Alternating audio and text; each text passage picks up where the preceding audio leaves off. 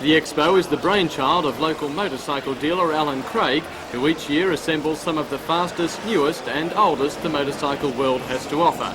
He says this year's display is the best yet, with 200 bikes on show. But while the new models may provoke envious glances, most eyes are inevitably dragged towards those individualistic machines you only see at shows like this, such as the largest motorcycle in the world, the 5-litre Mean Mother. A Rolls-Royce Merlin was cut down to fit into the body and attached to a Holden gearbox and clutch. At the other end of the scale is the 1902 Motor Sacoche. Although it has a top speed of only 30 kilometres per hour, the bike was one of the first ever built, and that may have been quite fast enough on that seat. However, if something a little smoother is in your line, perhaps one of the Harley-Davidson Customs would suit.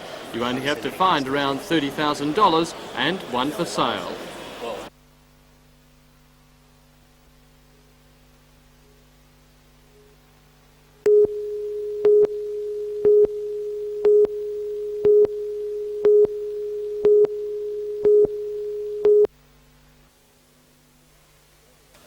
The area was always zoned to allow tourism development, such as the golf course and the hotels and motels.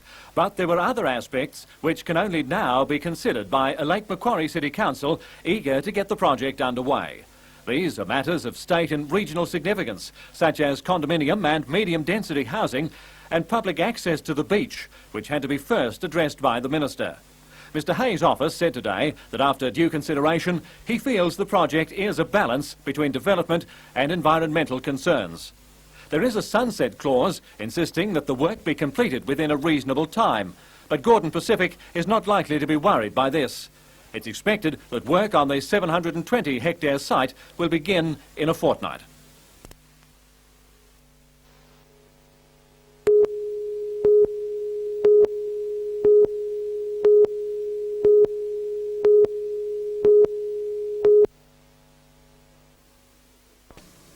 The strike began when the council tried to engineering and the Alco Aluminium Company based at Tomago. It was formed some time ago to bid for the defunct State Dockyard site. With the future of that site now hanging on the government's decision on which consortium will build the Anzac frigates, Gavenge has turned its attention elsewhere. The consortium wants the job of electrifying the railway line between Muswellbrook and Newcastle.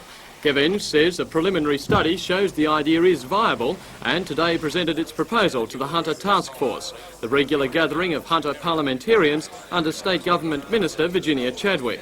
The state has been considering electrifying the line for more than a decade. With the SRA heavily in debt, Gavenge says it is logical private enterprise do the job. The contract would be worth $350 million and provide employment for up to 1,000 people for 3 years.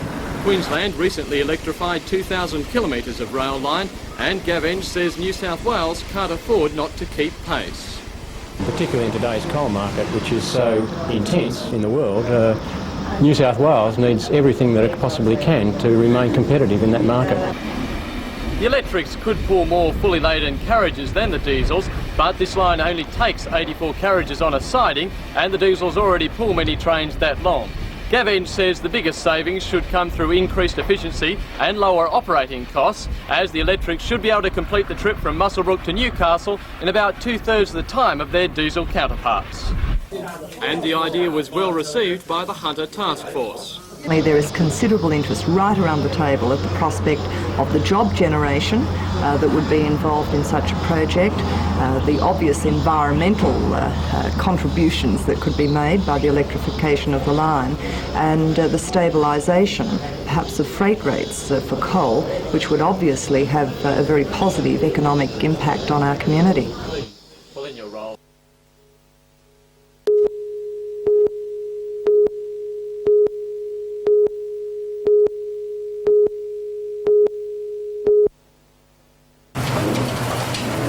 The strike began when the council tried to enforce sick leave provisions for new industrial award. The local municipal employees union members had worked under another agreement for 30 years and walked out in protest. Mayor Marie Callaghan has accused the workers of holding the city to ransom, and last night the council voted to do away with the whole of the old agreement. She says the council is prepared to negotiate a new agreement if the men return to work. The issue went before Commissioner Connor at the Arbitration Commission last Thursday, who ordered the men to return to work. They refused. In a statement issued today, the Commissioner says they have taken an absurd course of action and the Council had no choice other than to cancel the industrial agreement. He is also highly critical of the strikers, saying, "I urge them to come to their senses." However, a spokesman said today they will stay on strike until at least tomorrow, when MEU executives will address the men at a meeting at Cessnock Town Hall. The Council says if the men don't go back to work, it will decide what course to take at its regular Council meeting tomorrow night. Meanwhile, Redhead residents are claiming partial victory in their battle with Lake Macquarie Council over Redhead Dump. The residents claim the pesticides sprayed daily at the dump could be damaging their health and planned expansion will impact on valuable natural bushland. Last night, Lake Macquarie Council voted to stop using the strong dichlorovos insecticide until it was fully examined. A weaker spray will be used in the interim. The Council has also ordered an inspection and sampling of the soil in the dump to see if it has been contaminated. However, the Council still plans to go ahead with the proposed expansion. Mayor Ivan Welsh says there are no other suitable sites nearby, and if a new dump is created too far from town, some people will simply tip their rubbish into the bush. No, this.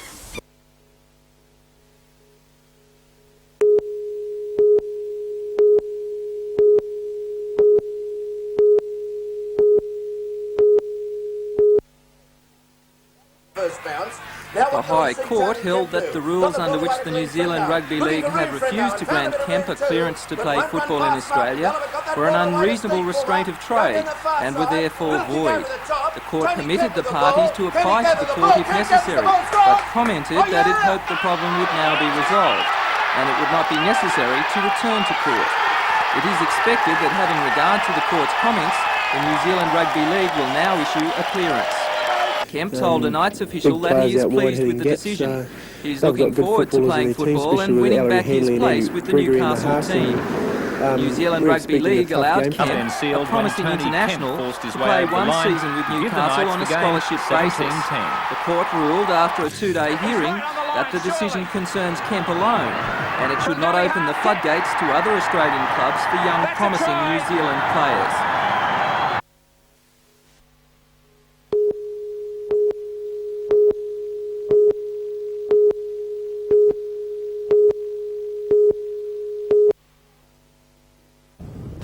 The extra charge will be levied from July the 1st and will be increased annually in line with the Consumer Price Index.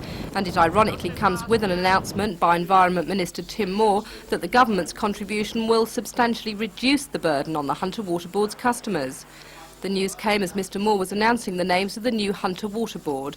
We think that $35 a year is a minor amount for the people of the region to pay for that extra environmental protection. There will be no dramatic changes in water rates or other charges as a result of the appointment of the board. It's simply, we would hope the board will in the future be able to exercise in the commercial area a control on costs and expenditure and keep down the increases in rates, not blow them out. Member for Newcastle, George Keegan, is so incensed by the levy he is planning to protest to the new board and Mr Moore. I was concerned that the government would not try and raise the funds to subsidise the West Lakes and other schemes, extension of the sewage scheme, by penalising the people of Newcastle. Now that's precisely what they've done. Now that's not on, and this government's just, you know, it's a good government in my book up to a point, but they've made a very bad mistake here and it's just not on. I just won't accept it, and I expect other members to support me in their approaches to the Minister. The government contribution marks an increase from 1/3 to 50% of all works, including the upgrading of sewage disposal plants at Lake Macquarie and Port Stephens. Once completed, the board will no longer discharge any effluent into these two areas. Mr Moore also said all lots within the sewerage project, which were vacant at December the 5th last year, will have to pay $2,500 sewer access charge when the service becomes available.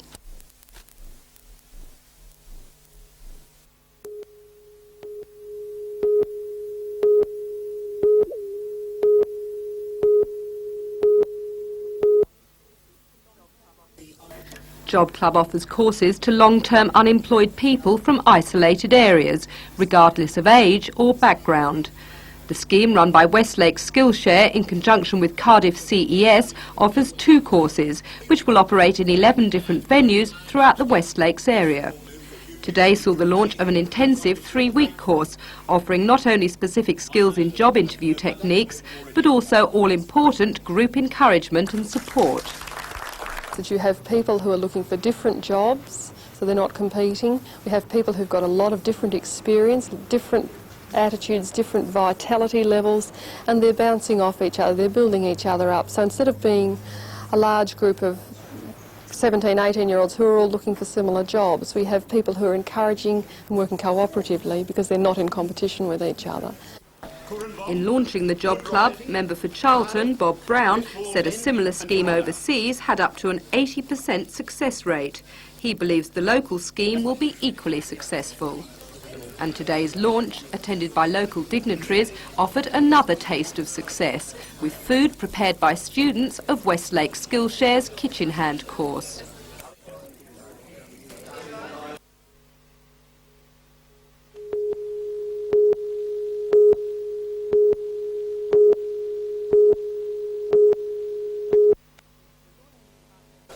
The Royal Newcastle Hospital's new intensive care unit is considered to be one of the best in the country. It opened on January the 9th this year. But 2 compressors which supply air to be mixed with oxygen in a ventilator have been failing, affecting work in the new unit, a new operating theatre, and in the old intensive care unit, which also has gas lines supplied to it. Chief Executive Officer of the Hunter Area Health Service, Dr Owen James, agreed today to discuss the problems experienced with the compressors. They've been shutting themselves down in response to excessive vibration. When the compressors were installed, it was decided that they did not need an inertia base, which of course nullifies vibration. And in the absence of an inertia base, the vibration is such that the compressors shut down. He says that reduces the airflow to the patient, and the problem has been evident since around June 1987. The result is that frequently the supply of compressed air, which is a vital component of some gas mixtures which we give patients to keep the oxygen level in their blood adequate, fails. And the net result is the ventilators themselves, which are driven by the compressed gas, need to be disconnected from the patient, and the nurses take over the breathing of the patient by squeezing a bag connected to their endotracheal tube or tracheostomy. The doctor says this results in a time of danger which needs to be avoided. It also makes extra work for nurses. When the compressors are shut down for quite considerable length of time, in excess of, say, an hour, their hands get tired squeezing a bag for that time 20 times a minute. So after some brief period, I suppose 20 minutes, they exchange duties with another nurse, and another nurse takes up that. Surely this must be very dangerous for patients. Because the ICU are attuned to dealing with these sorts of emergencies, no real danger is involved. But it cannot be said to be in the best interest of patient care that there be breaks down in the sorts of treatment they're having. On Friday night, Dr James says 5 patients required manual ventilation in the intensive care unit, and when equipment failed again yesterday, large cylinders of compressed air were hooked up to ventilators, alleviating the need for the job to be done manually. The Public Works Department and the Department of Health have now agreed to spend $55,000 to buy the necessary inertia bases and a standby compressor. The problem should be rectified within the next 2 months. Dr James says an assessment is being made of the construction of the intensive care unit and the performance of subcontractors. He hopes the experience at the Royal Newcastle Hospital will help make for the smooth running of the intensive care unit at the new hospital at Rankin Park. Well, I just am frustrated that a certain set of circumstances that I think were predictable, if certain standards had been adhered to, has occurred. And I very much regret the whole scene.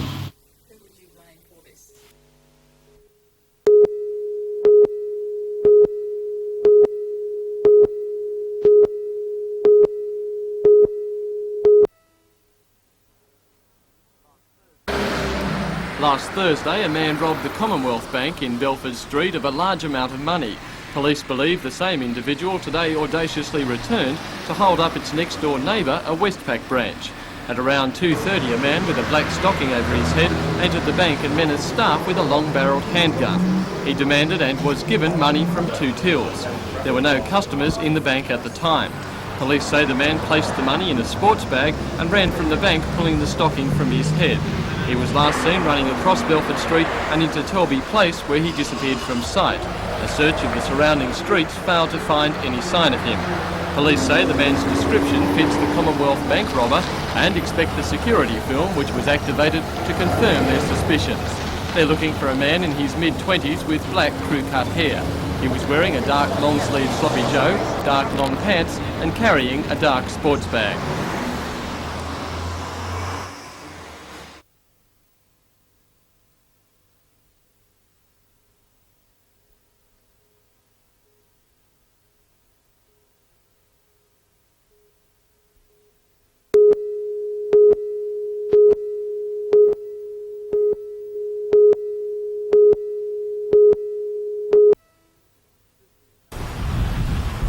Customs officers monitor shipping movements in Newcastle. Lately the service has been reviewing its operations in a national move to keep up with illegal importers, especially in the drugs trade. But Secretary of the Customs Officers Association Peter Bennett told Good Morning Australia that many of the changes are concerned more with cost cutting. He said patrol cuts in Newcastle were among those economies. In Newcastle, very soon they are to do away with the night shift in Newcastle. So as long as you keep your goodies on board until after 11 o'clock at night, you can bring them off it whenever you like, because there's going to be nobody there to stop you.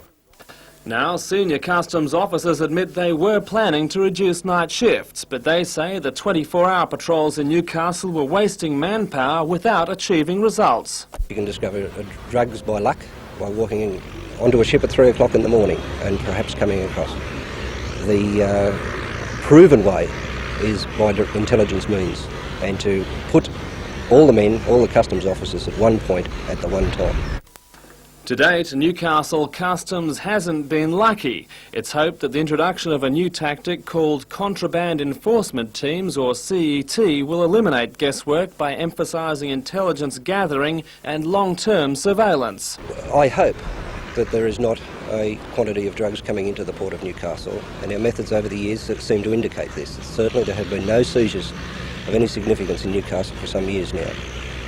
We are now heading towards a planned method of getting those seizures.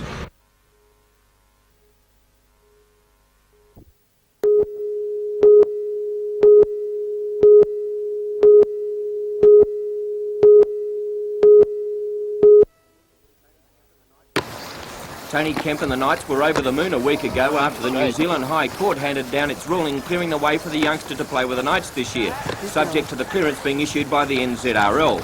That body met last night and has invited Kemp to make a fresh application for transfer under the new ruling. The rules relating to transfers were changed by the New Zealand League after Kemp's case had commenced in the High Court. The new ruling also states that if the NZRL knock back this fresh application, the Knights under the new system do not have the availability of an application to the courts at their disposal. However, under the High Court ruling of last week, they do have leave to go back to court, and this is one of the several options that are being considered at the moment.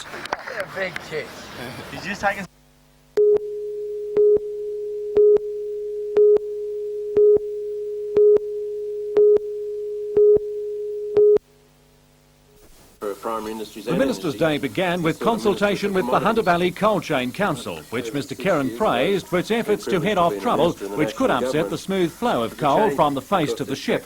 But his biggest audience was waiting for Mr Kerrin at the Tubakers Recreation Club at Mayfield, where politicians, business leaders, unionists and the media heard him speak on Newcastle's role in the future of the coal industry. A visit to the Port Waratah coal loader followed, and tomorrow the Minister will inspect 2 mines in the Singleton area. But today, Mr Kerrin expressed optimism that the future for coal exports is bright in the long term. He said reaction by unions to industry restructuring ordered by the Coal Industry Tribunal has been remarkable. And colliery proprietors too are coming to terms with the requirements of a vastly changed world market for coal. But through the 1990s, I believe we're going to see expansion and a far more stable situation. What the big distortion was massive investment in the early 80s with the second oil shock, and the industries had to wash that investment out, and there was surplus capacity, over-investment. If you want to look at it with hindsight, and that caused many of the problems. We're through that, we've taken the right decisions, and the future's a lot brighter for the Hunter Valley.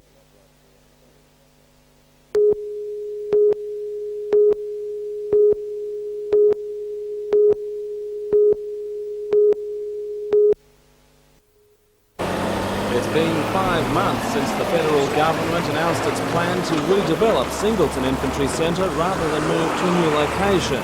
The decision was good news for Singleton, which enjoys a $7 million annual boost to its economy through Army spending. But many residents were uneasy about just how big the base would grow during its $90 million upgrading. Already it occupies a vast region.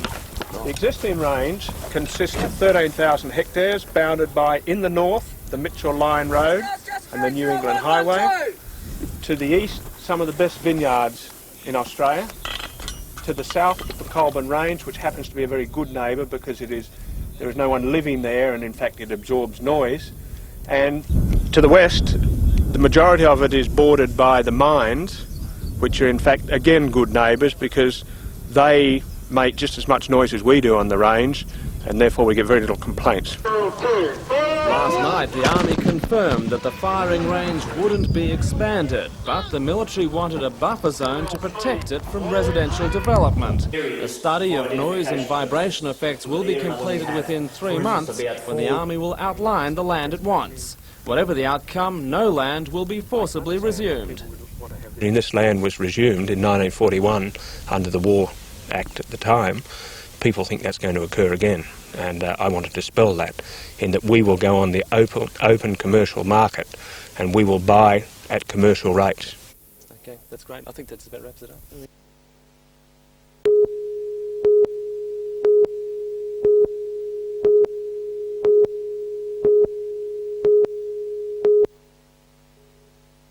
The second day of the NJC's Autumn Carnival was raced in great conditions, and an excellent crowd was on hand to witness the $100,000 Foster's Newmarket Handicap, the traditional lead-up race to the Doncaster in Sydney.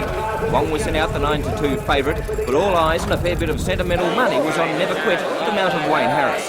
Harris had just announced his engagement to the daughter of Never Quit's trainer Neville Begg, and what a present it turned out to be. Was last, coming onto the turn, 550 to go in the Newmarket. It's Life at the top by a length and a half on Wong. Going up 3 deep as Demolition behind them. Regiment followed by Regal Theory. Dancing Poets over on the inside rail. Rocket Lad down the outside from Bold Sea. Approaching the 250. Life at the top being tackled by Wong. Never Quitters getting up on the inside. True Dreams behind them. Tajara's coming with a long run down the outside. Wong's gone in front of Life at the top. Never Quitters coming through on the rails. Never Quit and Wong. Never Quit and Wong. Never Quit and Wong. Never Quit's going home too strongly. And Never Quit wins the Newmarket. Never Quit first, Wong second, third. After the brilliant ride by Wayne Harris, it wasn't too hard to picture the emotion of his new fiancée Linda. Oh, probably the best engagement present I'll ever have. That was a fantastic ride, and we're very proud of him. I'm very proud of him. So it's great.